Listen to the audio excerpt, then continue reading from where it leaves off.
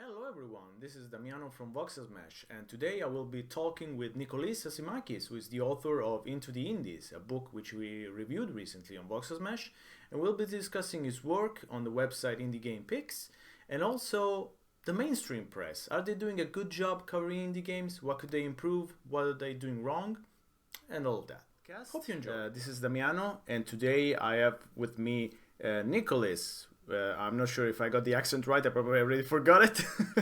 But yeah, he's the author of Into the Indies book, which we recently reviewed on the website. And so we got him on the podcast to talk with us about the book and his work with a lot of indie developers. So, hello, how are you doing? I'm doing fine. Thank you very much for getting me in this podcast. It's always fun to discuss about games and indie games in this case, to be more precise. And yeah, I can't wait for us to get into the nitty gritty things that are the interesting. That they are the interesting part, anyways, for me. Yes, thank you for accepting the invite. So, yes, we recently, as I said, we recently reviewed your book, which collects all the interviews that you've done over I the. have it here in physical as well. Nice, Proud, nice, proud book dad and stuff like that. great. Which collects all the interviews you've done with a lot of indie developers, and of course it's free. So I'll put the link in Yeah. the description, and if anyone wants to check it out, of course they can for free. But yeah, you want to tell me about how you started all this work on the book, but really on with indie developers, thinking about interviewing them. How did it Yeah. start? So, we need to get many years ago, around the start of the blog itself that I have into the indie game picks. This started at first not even a blog; it was a series of Greek reviews of indie games I did for a Greek forum at the time. But as you can imagine, for such a small niche place like Greece, it didn't really have any impact at all. So after that, I decided to create my own blog, which I had several blogs or sites or whatever in the past, minor things. So I like creating them. So it was fun from that aspect as well. And I always like writing. So I was like, okay, best of both worlds. Let's write something small. So I keep writing, but at the same time, I write up and try to promote games that I love, which honestly I assumed at the time only I played. um so I started the blog around June 2017, and around 2018, 2019, I got some of the first indie devs approaching me to demo some stuff, lower scale devs. Uh, we have a demo, we might get a Kickstarter. Somehow they found out about me and sending demos around. So that got me in touch with some of them. And then, as you can imagine, years passing by, you get content, you get people you know, and then these people you know get more games, you get access to them because they know you from the past, etc. So you get more variety, more coverage done. And several things came into perspective during the quarantine. So I semi-jokingly refer to my book as a COVID project because I had all the time. But I had ideas about something around the subject for a year before that, around 2019, because the more you talk with indie devs, especially, or you try to cover indie projects, especially on Kickstarter, or you suddenly say, "Oh, I remember this game I covered, let's say, 2 years ago. How are the devs doing? Oh, they are no longer around." uh, so a lot of that stuff came into perspective, like what is happening when a new dev tries to go out. Do they create the game? Do they create a Kickstarter? If the Kickstarter fails, does the team automatically fail and disappear? How can we prevent all of this vicious cycle to continue? Yep. And in my opinion, the best place to take that info is from the actual devs themselves, and specifically devs who have gone through the grind, they have released a game. So one of the main requirements for this project for me was to get in touch with devs who have successfully released one commercial project. Because if you haven't released the project, then you don't know what you will talk about, most probably. Yes. If you don't release a commercial project, you can't really chat about the financial aspect of things. And if you are into it not for financial gain, then kudos to you, of course, but you are not the main dev who goes into it trying to make his hobby a job. So you are into it from a different aspect and with different goals. So you aren't really helpful in this here project. So I started going out to people who I had done reviews for before. I had chatted before. Several people who I hadn't, but you know, just let's shoot my shot and see where it lands. And I was lucky enough to have 51 indie devs contact me and reply to me. I had sent around more than 70. Several of them never replied. Some of them replied at first, never got their answers after that. But this started also on a smaller scale. All of the interviews are available on my blog as well as small interviews. I didn't change anything, but there is no fancy graphics. There are no images of the games. Yes, straightforward. So, yeah, and but the info I always believed should be available because unlike other projects of the lot, I definitely believe this one is targeting aspiring indie devs who most probably are either fresh out of college or don't have money, essentially. So, but they need to know that because devs want to chat about that. If you approach devs, you might get some answers directly, but yes, it most probably will be in social media, so info disappears. Or after 10 years of them replying to the same old question, they might get understandably bored and not wanting to deal with it anymore. So they responded once, now the answers are there forever and can be read in a specific place for hopefully all the time. Yes, we know that nothing is forever on the internet, but yeah, hopefully, exactly. for the time being. That's why I wanted to have this file because okay, it's on the internet, but it's a book, it's a PDF file, it's all the knowledge in one place, so it has more chance of surviving. Yes. Let's say my blog going down. So right now we have several hundreds downloads already over the past year that this has been out, and even earlier versions that had been out. The first version of the book was only digital, only free, and with the first 20 out of these interviews. And then slowly I built up the next 10, etc. Until I reached an arbitrary number that I put to myself, like more than 50 would be worthy of a book, plus extra stuff, which is only the book/PDF exclusive.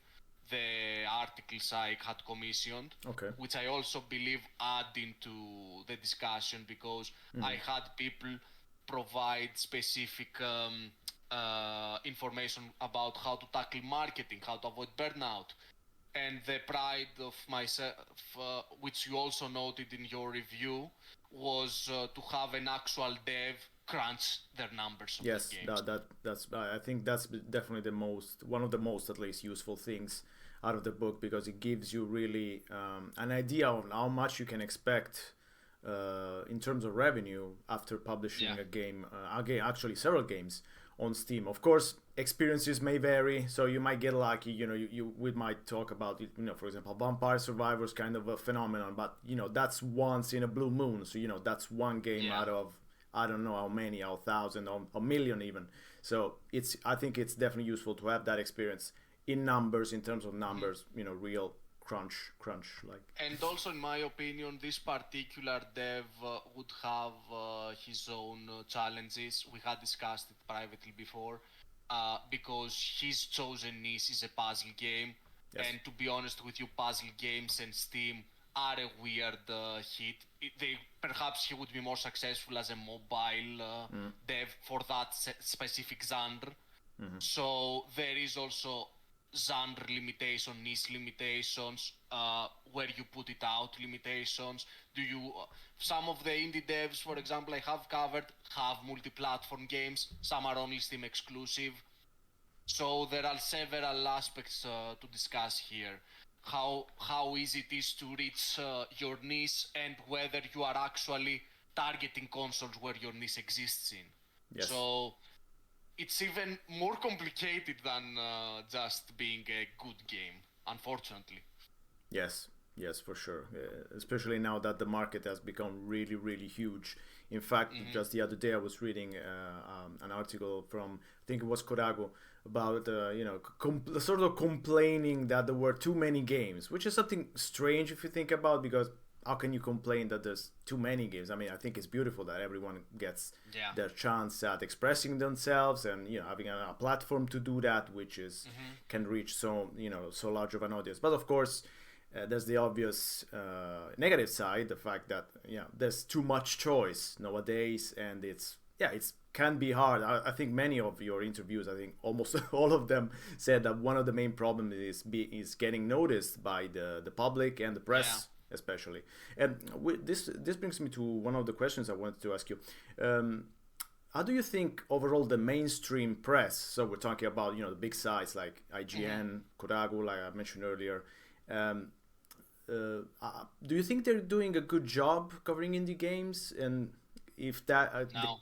Okay, so how can they No. improve? How can they improve? First of all, they could, in my opinion, they could use less of correlation to other bigger games just for visibility's sake. I always go back to this, in my personal opinion, again, it's not like a global thing, but it's infamous to me, this article that I just happened across from PC Gamer that's mentioned otherwise really good indie game, actually an Italian one, which was something Midnight Sun. I don't remember right now the full name. Prophecy of the Midnight Sun or something, Cult of the Midnight Sun or something like that. It was a JRPG, previously a hack ROM of a Fire Emblem title, and now released as its own game. I haven't covered it yet, but I was lucky enough to get a key. I have tried it, and I legitimately saw some new mechanics, fresh things, and how to best promote it, like other than, oh yeah, we have a Midnight Sun here and the Marvel Midnight Sun's a completely different genre, completely different game. It's weird to have two games with the same title. And I'm like, why is this existing? You can just talk about the indie game itself and what it does. Yes. Why do we have to have it here? Or what I happened to discuss actually yesterday about a Facebook post, again from PC Gamer, discussing about something indie. I don't even remember. I couldn't find it when I chatted about it. And they decided that the caption in the Facebook post of this should be compared to Baldur's Gate 3. You compare a roguelike to a Baldur's Gate 3. Why? Just why? So this by itself, to me, means you don't really put stock into the actual indie game. Why don't you just chat about it in its merits? Okay, somebody would say cynically algorithm hits, whatever, but at the same time, if you want to reach an actually interested audience, which in my opinion, the real audience for this is not stupid. Yes. You want to chat about it in its own merits and just present it. And that's how I tackle the reviews on my blog. They are not extensive reviews, like 500 words on average per game, but I consider that my audience, whatever size it may be, is intelligent, smart is enough. is capable of its own research. I'm not there to tell them, apologies, I'm not there to tell them what they want to play. I want to present them titles that I believe there is an audience out for. They're not garbage, they are good for its own niche. and let them decide and search for them. Is it for their own niche or not?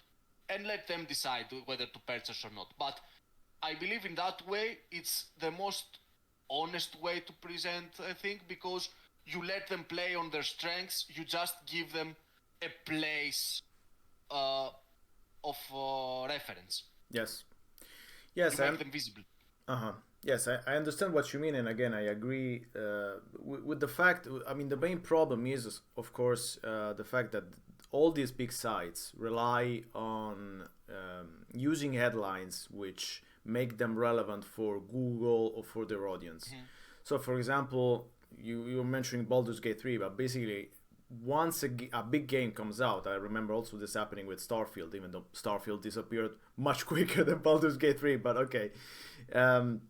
But yeah, basically every headline had to relate to Starfield. So if you could find something, I mean, you could find as a freelance journalist, for example, you could find an indie game or something that could be connected to Starfield in some way, then maybe you could get an article on PC Gamer, for example, or somewhere else, and you would have an occasion to talk about that game.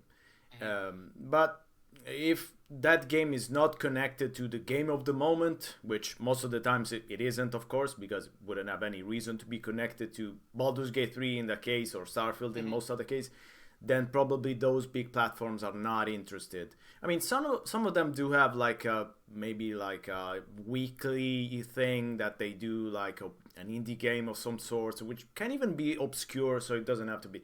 But yeah, most of them aren't really that interested, I would say. They just do it because, I mean, they can find something which can be connected to an article which makes them visible on Google, and that's it, basically. Exactly. So they're not really interested in covering indie games. Of course, so, the brunt, so the majority of the coverage comes from, I would say, smaller sites.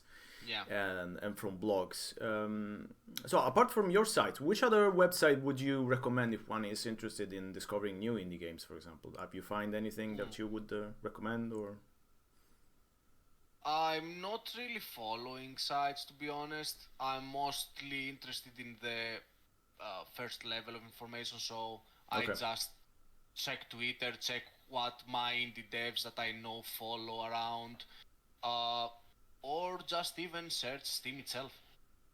Check Okay. around new releases, check around recommended games based on indie titles that I have already played, stuff like that, or word of mouth, mostly. And I keep up with the bigger journalists on the biggest places, only because of, just like reading the newspaper instead. See what the headlines are and just keep them as a background and laugh at their articles when they are stupid. Yes, which is often, unfortunately.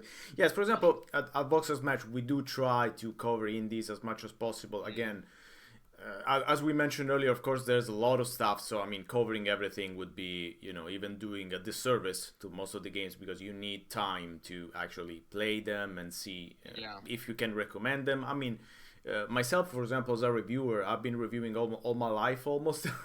But the way I approach games, especially the games that I know are made by small teams with small money, with a small budget, are to always find something good that they can be recommended on. And it's pretty rare that you find a game that has nothing positive about it. I mean, it can happen, of course, but I would say they're pretty rare. No, exactly. So I think there's always an audience somewhere for any kind of game. So I always try to do, if you like your games to be this, and that, or an atmosphere or something, even if, they can be buggy, or a lot of times, for example, a problem that I've seen with a lot of indie developers is that they don't really put a lot of time into proofreading their text. Especially if they're not native English speaker. I mean, as a non-native English speaker myself, I know that I commit a lot of mistakes. That's normal, but that's why there are editors. That's why there are actual plugins that you can use for free, which can actually identify your typos, your mistakes, and they can at least be a first layer, a first help at least. But many times I've seen that they don't seem to care, because I don't even think it can be attributed to a lack of time or budget, because again, there are free tools that can at least remove your typos, at least that. And One of the good articles that I had, actually, I think it's the first article of the book, by CSH, Pycon. I don't remember the first initials. I always confuse them. Is CSH, I think. A good friend of mine, Australian, and he covers a lot of games, not just indie. Yep. But he has an extensive site with other types of articles, informational articles, how to do stuff, etc. And it was one of the first people who I actually approached with an idea because I admire his work. And he had in the back of his mind an article that got into the book, which is about how to properly do alpha and beta testing, because indie devs several times unfortunately confuse reviewers with beta testers. So what we get on our hands is not the final product sometimes, and this is a direct message on how to correctly do testing, because when you get a review, it doesn't matter if you get a huge patch on release date. If you already have given it to the reviewer, we played it with all the before the patch. We saw all the bugs, so it's something that should definitely be taken into consideration. So sometimes, in my opinion, it's not only that they didn't care about fixing the bug, it's that the version we got as reviewers is not the proper version we should be getting in the first place. It's another thing to contact, in my opinion, a content creator, but clarify, this is a beta version, we don't want a review. Do you want to participate in a beta testing? Which has happened before for me. I have even credits on a Greek game of a friend of mine that I met through the blog, and he trusted me with a pre-release version of his game for actual beta testing. I didn't write a review for it before it was finished. But again, it was specific. I want this version for beta testing. It's not final. What problems did you find? What can I make better, etc. So the review I wrote was after the fact. I played it after the final release. But if you never actually make that clarification, then you might get a review that you have a buggy game. And you have to live with that, unfortunately, because, as you said earlier, we will never play everything. So the unfortunate reality, even for gamers like us, is that once it's written, most probably it's never revisited. We have other games to play, other projects to try. Yep. You must be the one really special person with a really special niche that the reviewer is in order to be revisited. For example, in my blog, the only game until today that has a DLC review is Battle Brothers, because I love that game. So I played the DLCs and they are awesome. And right now I'm playing the game who is most probably gonna be the second DLC review I will do over the past 5 years, which is Megaquarium, spoiler. Because I'm a tycoon game lover and this is a perfect tycoon game. So if it's not in the niche, I most probably will never revisit it, or if I revisit it, I will never take the time to actually write something extra, edit something. So as long as, unfortunately, time is a resource, then you must plan as a developer the time accordingly for the reviewers, because and that's the pitfall, unfortunately. Even for us, in general, indie creators of any sort that want the others to check out their work, there is a fine line between being a hobbyist and being an actual professional. And in my case, the fortunate thing is that I don't care about being a professional. I'm a hobbyist first and foremost. I live outside of the bubble. I have my own, another job, completely different field, different stuff. I do this for fun and hobby. And I just consider that covering and helping somebody else alongside me doing my hobbies reward enough for me. But when you are an indie developer, especially, that wants to live from that, wants to make this their professional thing, then you need to become a professional. Unfortunately, Exactly. that's the real thing.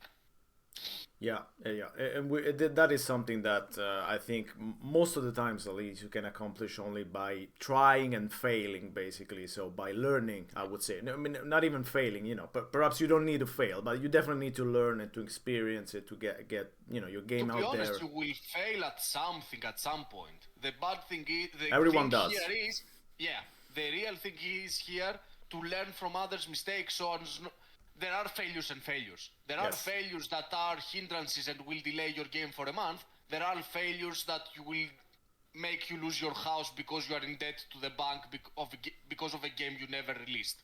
Absolutely. So here, the discussion and the book and the whole thing aspect of the industry, in my opinion, is mitigation of failure. Failure will happen. Failure is part of life. You will find obstacles, you will find anything. The thing is, how can you make it less impactful? Yes. How can you be prepared for failure, so to speak? Because, I mean, at one point it will happen. So it's one thing to be completely unprepared for failure and one other thing to be, I did all my research. I did all that I could. Something fails, but it's not a big deal because I know that it would fail. So I know what to do. And I always remember one of the lessons I had in university. I studied librarianship, information science, and one of the side lessons I had was for museology and how to handle museums. And one of the main aspects of a museum was prevention is the best medicine. You don't want to actually go in and fix something if you can make all the rest of the things prevent it to be broken in the first place. So in this case, why send a video game that is clearly for beta testing for a review when you can prevent this from happening in the first place? So there are these small lessons. What can I do actively to mitigate disaster? Because some of them, most often than not, from what I've seen, are mitigatable. Outside of, we are living in a financial crisis for years now, there are more video games, that yada yada yada. Yeah, that are outside forces that you have to deal with, unfortunately. But there are several other things that can make your life easier, but you need to be on the lookout for them. And if you don't know them, here's a way to learn from other people who did that mistake. There's no reason for everyone to learn invent the wheel by themselves each and every time, since other people had done it for them since 10 years ago. Yes. And I mean, I was thinking right now of I won't mention it, but I mean it's on Voxel Smash the review. But of a game I reviewed a few months ago, which was actually quite interesting. But again, apart from the problems with the typos and the text being clearly written by someone who didn't speak English, which again fair, but find someone who speaks English. I mean, they can even look at the script for free. I mean, if you have a friend, someone, I mean, I think it could be doable. But to be honest with you, I could even imagine a slower content creator willing to do that for a project they believe in. Also, yes. And just help outside, give us a credit, I'm happy to have worked with you, and you would have perhaps a lifelong connection to another person. Yeah, exactly. There are people like that out there that would be interested in helping out, especially lower projects, not, obvious cash grabs that somebody had the money and didn't want to pay an actual translator. Of course, yes. But in this case, yes, except for the problem, it wasn't a venture game, but except for the problem with the script, there was a huge problem with the ending, which the ending didn't work. So the developer clearly said, I'll send you the ending via video. I'll record the ending. Please clarify. Didn't work via a bug, or was it a bad ending? It was a bug. Yeah, the game just crashed and the ending did not work. So he had to send me the ending via video. So of course, I mean, I love the atmosphere of the game. I love the whole idea, but the game really did not work very well. So again, I try to recommend it, of course, to people who like that kind of atmosphere and blah blah blah. But again, these are things that I have to mention in the review. I mean, I can't just shut up because I like the game, so I can just be, I'll forget about the old ending doesn't work kind of thing, because that's a game that was already out, so it wasn't even a thing about beta testing. I mean, you're already selling this game, and this game doesn't work. I mean, it's not finishable, so to speak.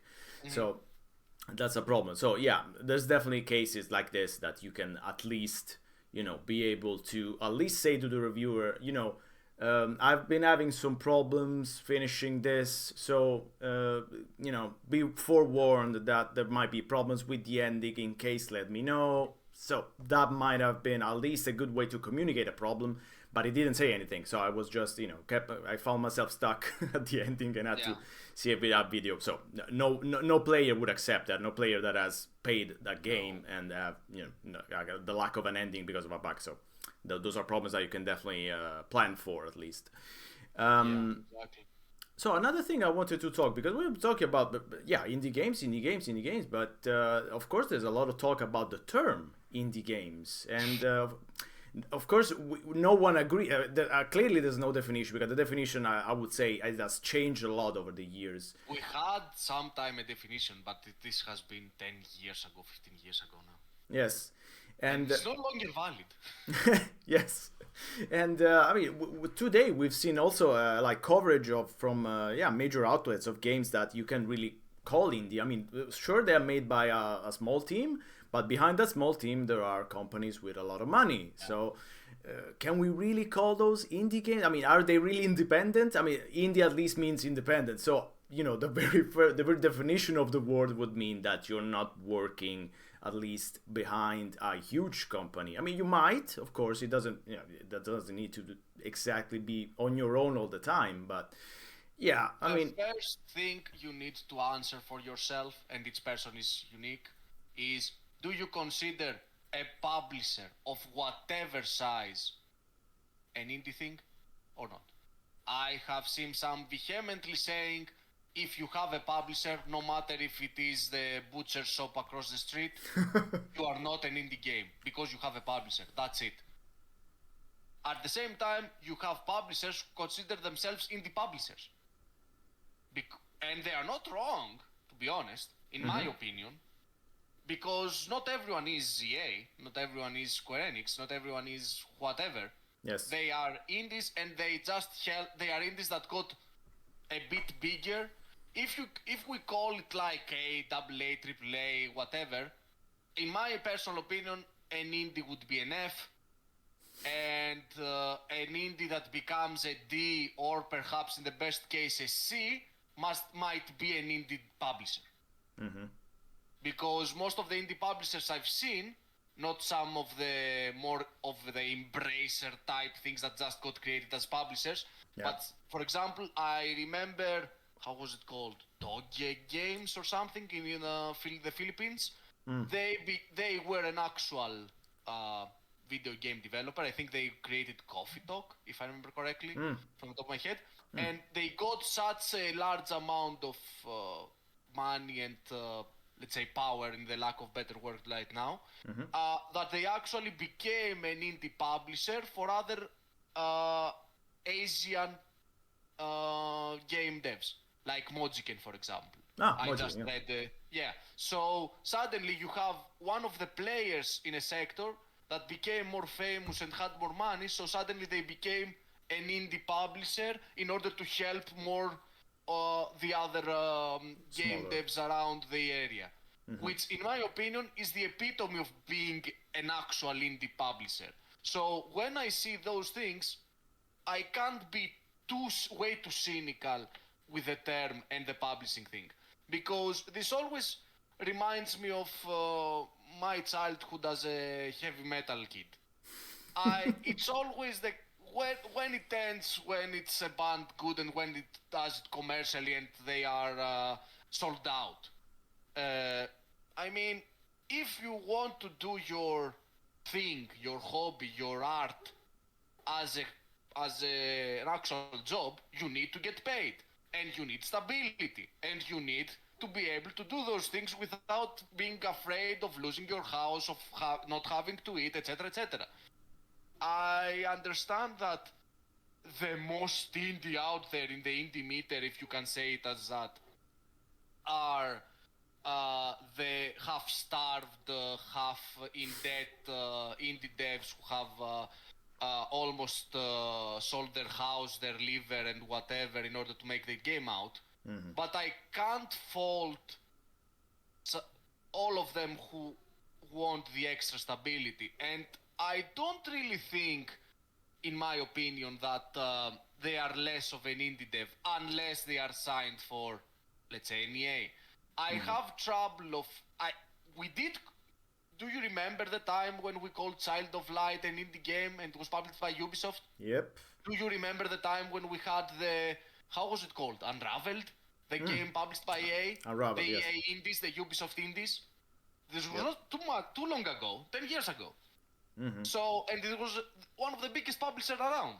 So, I get how the whole term has been watered down, but things in life, for good or bad, are almost never black and white. There are several layers of gray, and the indie publishing, indie devs, etc., I think fall under that category. Mm-hmm. Fun fact, one of the biggest games that created this whole discussion was Dave the Diver, of course. Mm-mm. Also fun fact, Dave the Diver is one of the indie games that sent me a key for some reason. And at the time I thought also that it was an indie game, until I dig deeper, because I had to. I played the game, I liked it, I want to write, okay, who's the publisher? Who's the publisher? I'm sorry? Why did they send me a game? So, you get it. You need to research. Not every case is same, and it is a pitfall of just moving your finger and wave your finger saying, no, this isn't indie dev because back in my day, indies were this, and that. Yeah, okay.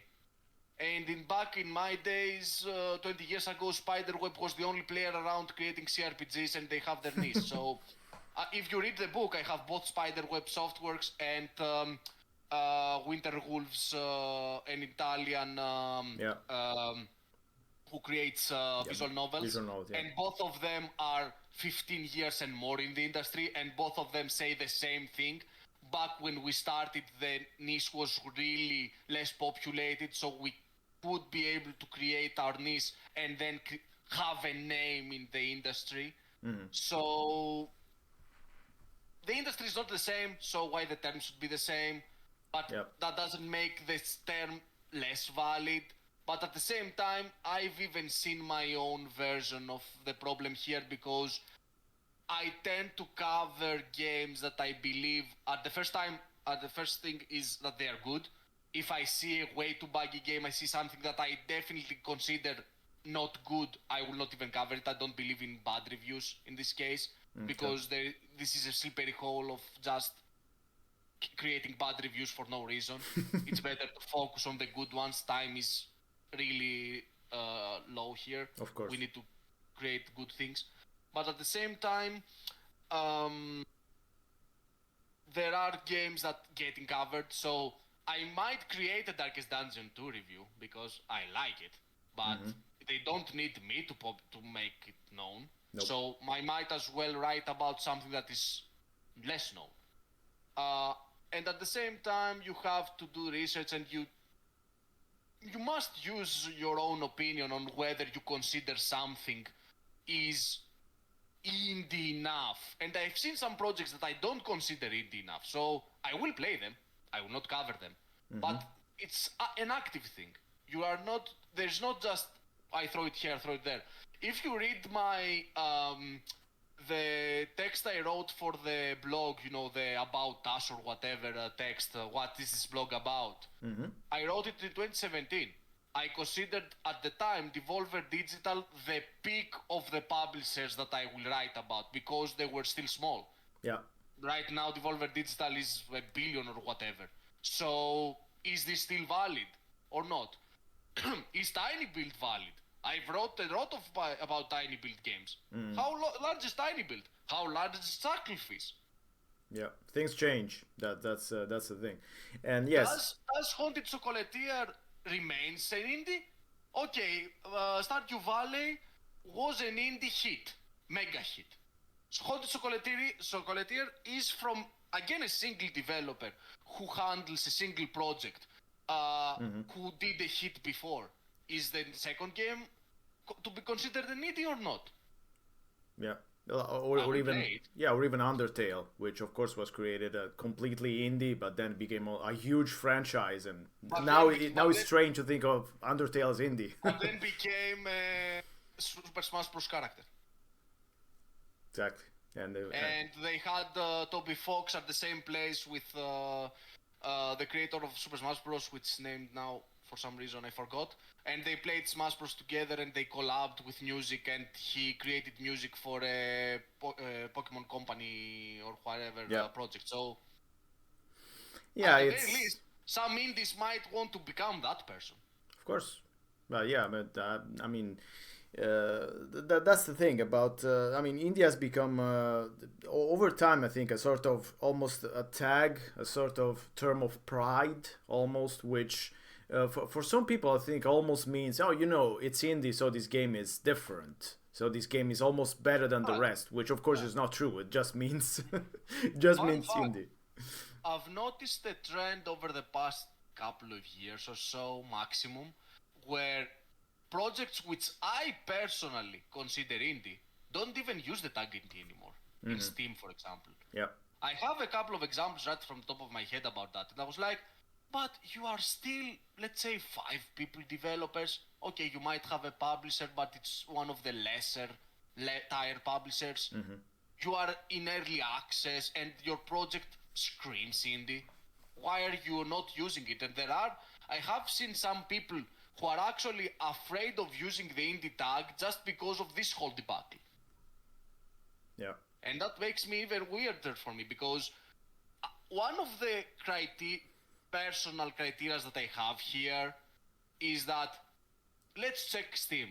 How do their own creators feel about it? Would they tag it as indie or not? And sometimes this is the tipping scale for me. For example, I don't remember the game right now, but I have been in a couple of times in the case of I've checked a game I'm liking, okay, perhaps I'll cover it, but I'm not sure, is this really indie? I was in the tipping scale, and then I checked, and not even their own devs have wrote an indie, so I saw it, okay, if you don't even believe it yourself, then okay, that's fine. But at the same time, I've seen games that I will definitely cover, I consider them indie by my standards, and they don't write it. Or games that are not indie, they write that they're indie. So, as always, you need to use your active judgment here. yeah. Yeah, which is also true. I mean, I would think it's true both for for a journalist or someone that writes about games, but also about from someone that plays them. I would say. I mean, it's understandable that most of the times players don't care because again, it's not something that you would really be called to care about. Again, it's not like, for example, if you go watch a movie in the cinema, you don't really, before you go to the movies, you do research and say, oh, how much did this movie cost? Where does the money come from?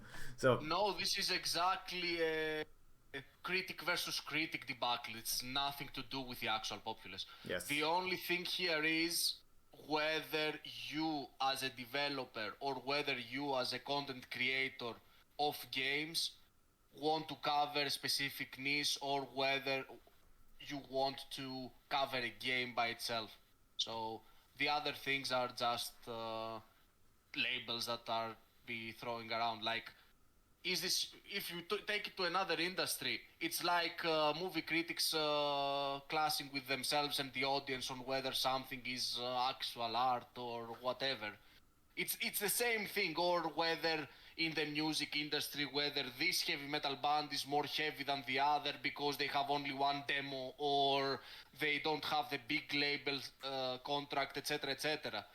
If you have been growing up to several industries, you are actually paying attention, you can see very similar absolutely aspects. However, video games and especially indie games in this particular case, are so new that this is the growing pains now. Yeah. Since the term was like 15 years ago, it's relatively new. Yeah, certainly. Funnily enough, now this is not just for fun. I've seen also people using the term for like games in the 90s, which is kind of funny. I mean, it makes sense because I mean, someone that was creating, for example, Is a shareware is game here in the is 90s. here is Might and Magic 1 an indie game? So, It was created by one person who just learned to type commands. So yes, is that? exactly. So basically everyone on their Commodore 64 in Italy were all indie developers because everyone was doing their own their own game. Of course, most of them did not ever publish anything, but as far as indie developers go, most of them were definitely definitely indie developers. But yeah, that's just for fun. Of course, I was just making a joke. No, of course, but it is a valid discussion because I've thought about it a lot because I like, in general, to check gaming industry's history, checking older titles. One of my favorite books of all time is the CRPG book, which was one of the main inspirations of this book. I also, if you check the thanks section of my book, I thank the CRPG book for the influence and the ideas that came into this project. Also, the editor of this RPG book happened to read and like my book, which I didn't expect. So that was a really great thing. But in general, if you check about, you see very, very much parallels here. Like, okay, you read about the person who created Might and Magic or Wizardry or whatever, single people in their room just learning to type and reach an untapped market. An untapped market, like Columbus checking America back then, an uncharted world. Because now we have the world, but it has become so saturated that the indies for the past 15 years tried to essentially create the games that nobody else would create because they want to play something like that. And now we are again at the turning point, in my opinion, in the second perhaps turning point, because the first turning point was the saturation of the market. Now we are, I would say, the after saturation, but the saturation is still ongoing. But we are in the next turn of they are again creating things that they believe in, but in a more saturated market than then, because then they created things that they believed in and they were 15 new games. Now they are 15,000 games. Yeah. So the wheel has turned in a sense, and we are back on square one, but the whole world is different again from 15 years ago. But now we are, in my opinion, in the beginning or trying to get back to the beginning of the newer turn, which I'm interested to see what will happen, to be honest. Yeah, it would definitely Most probably an implosion, but that's my cynical thought here. It might be. So one last thing I wanted to ask: is there any Greek games that you would recommend to the audience? That we will stick links in the description. I have 2 Greek developers in the book. I was unfortunate enough to not find many Greek devs while I was making the book.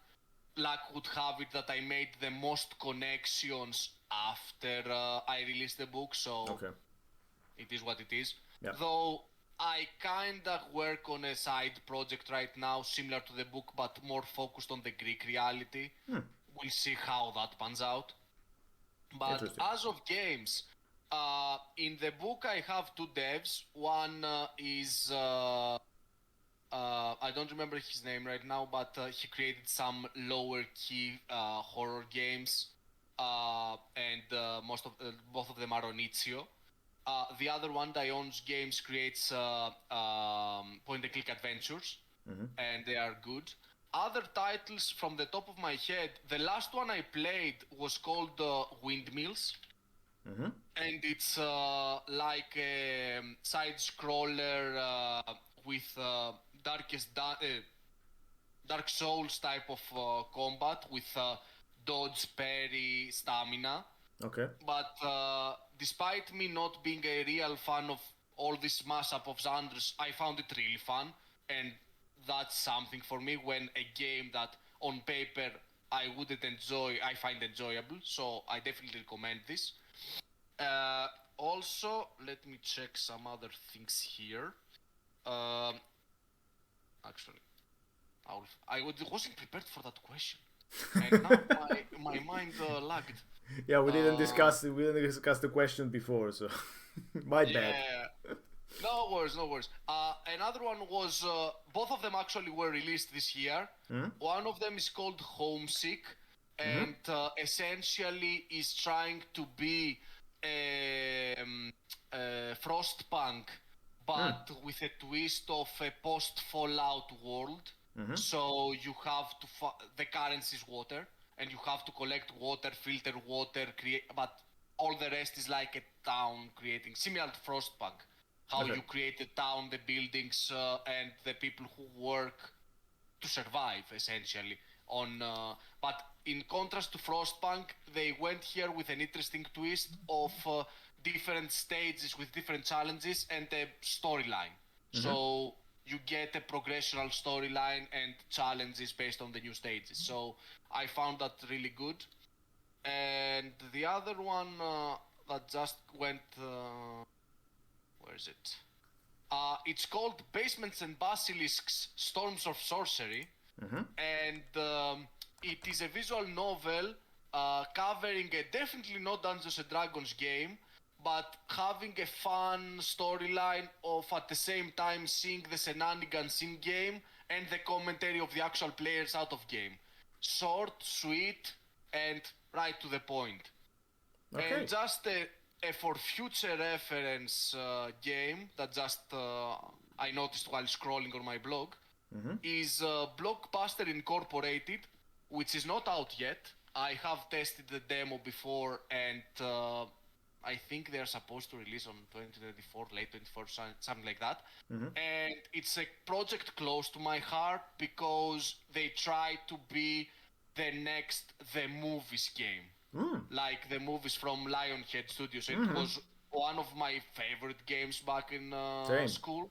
And nobody ever really tried to create another the movie slash series or whatever Yep. tycoon game, which is actually good. I've tried a couple and they were mid at best. Yes. And this definitely shows you that the person who created was a fan of the movies, and I chatted with him, the main designer, and we nerded about the movies and how good that game was. And they also try to do that extra thing that the movies did of actually setting up a scene and actually making a movie based on scenes. Mm-hmm. So they try to do that, and for an indie dev to even try that, I'm amazed and kudos. Yep. Because that would be the last thing I would propose to any sane indie dev to do on such a game. This is like, okay, I can make a tycoon game, but what's the extra thing? Yes. So kudos to them, and I'm really waiting for that project. And I didn't expect it to be Greek when I first came across it, so that's an extra good thing. Yes, the surprise effect. Yeah. All right. I think we're done. It was great to chat with Nikolis. I think now I got the accent Yeah, right. Yes, exactly. it took 15 minutes, but That's a question from me. That's a question from me since you asked that. go ahead. What are some, let's say, 5 of your favorite indie games for you? That's also a question I was expecting.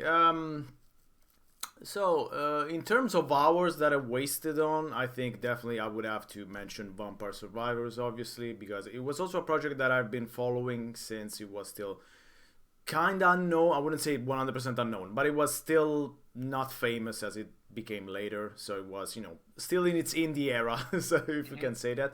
So I've been following that project, interviewing the developers. So it was interesting because again, there's a lot of reference to Italy, which I wasn't expecting, and they were very fun.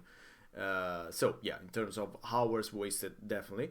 One of which came out last year is Slay the Princess. Is also one that caught me off guard because I'm a fan of visual novels, but that one was written very interestingly. I wasn't a fan of the ending, but everything else was definitely very, very good. I see it somewhere, Slay the Princess, currently. I'm not sure why. But since you have it in such high regard, let's wishlist it. Yes, I mentioned it as probably my not probably I mentioned it as my favorite adventure game of last year for sure. The excavation. Speaking of adventure games, the excavation of Alps Bear is also I want to play it. I want to play is this. also I haven't great. had the time. Yeah, definitely a great point and click adventure game. Great production values, even though it kind of pixel art sort of graphics, if you can say that. But yeah, great voice acting, and I like the folk horror atmosphere as well. So that's also something that I usually love. Let's see what else. I mean, I should have forgot it. But if we could call it again, the problem about calling it indie, but I would call it indie anyway. The House in Fata Morgana is also one of my favorite visual novels that I played over the last what it came out like 4 years ago, more or less. Yes, definitely one of my favorite. Came out 3 or 4 years ago. Also a great one. And finally, I would say again in terms I of didn't expect that, to be honest. Yeah, that's I've seen this for years now around Steam, around Switch shops, etc. But I didn't expect to be that good. yeah, very emotional, That's my very praise. yeah, very well written. I love the art too, and yeah. Finally, in terms again of hours that I wasted, I was wasted, but yeah, wasted on is Slay the Spire. It's also definitely a game that definitely got the balance. I mean, I'm not a fan of deck builders overall. I mean, at least I didn't think I was, but Slay the Spire almost converted me into a fan of deck builders. It didn't convert me all the way, but yeah, but it's definitely a great balance between deck builders, roguelites, and all that good stuff. So yeah, those would be the games that came to mind. Yeah. As a special mention for myself, not a Greek project, but what the comfort food indie game I always go back to is Mad Games Tycoon, and now Mad Games Tycoon 2. It's an awesome game. I love it to bits. The only reason I mention Mad Games Tycoon 2 right now is that it's way better than the original, and I've already played like 70 hours of the original or something. So whenever I want to have, like Friday night, you are inside, you don't have anything planned, you are after work and you just want to play something and listen to some music, I always used to put Mad Games Tycoon or the original. And when I found out that the 2 came out, it was an insta buy on a January, and I already had like 70 hours before it even came out of early access. And now it is out of early access, and it I grew up with tycoon games, so I love them to bits. It's my comfort type of game, and this hits all the things perfectly for me. Just get in there, create some games, micromanage stuff. Yeah, it's So always I fun. always chat about it. I want to put it out there. Mad Games Tycoon 2, perfect. Go buy it. All right. Okay. Well, if you don't have any questions, I think that's it for us. Again, thank you very much for your time. Again, I recommend everyone to check out Into the Indies book. Again, it's free, so click on the link below if you're interested, and also Indie Game Picks, which is the blog of Nikolis. And yeah, thank you for staying with us. Thank you very much for your time. Bye.